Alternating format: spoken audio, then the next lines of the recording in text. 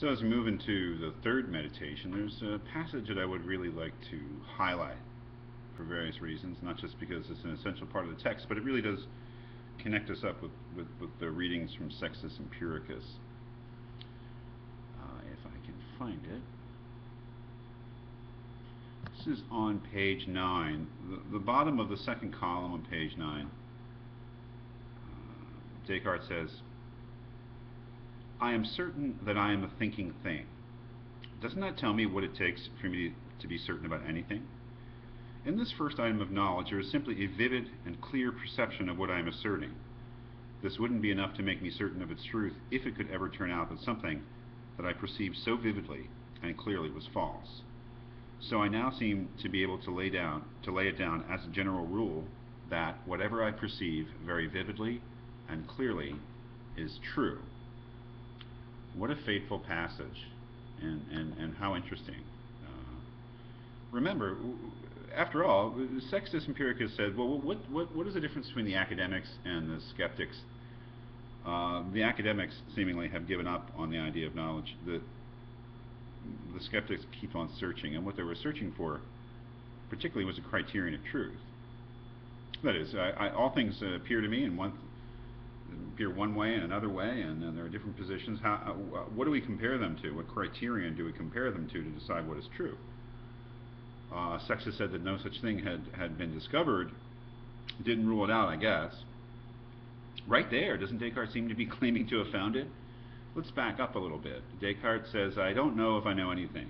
So what I'm going to do is to throw away all the things that I think I know about myself and the world, if they're capable of being doubted at all. I'll throw them away. In true skeptical fashion, I shall suspend my judgment about whether they are true or whether they point to anything real. And if there is anything, though, that I cannot doubt, that is indubitable, then I will know that it must be true, because if its truth is undoubtable, then it must be true. And he finds that in this fact that he exists because he is thinking, or that he is a thinking thing. In the Discourse and Method, I think, therefore I am. And he has found that, right? And again, as I said in an earlier video, well, he could just stop there, right? But he doesn't want to stop there.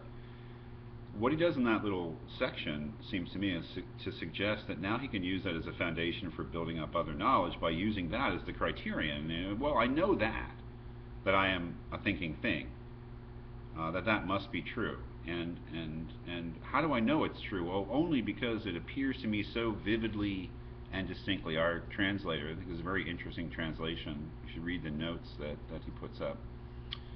But our translator translates it as, whatever I perceive very vividly and clearly is true. So that is a criterion of truth. What is perceived very vividly and clearly. Because after all, we've decided that I think, therefore I am, or I am certain that I am a thinking thing, that is true.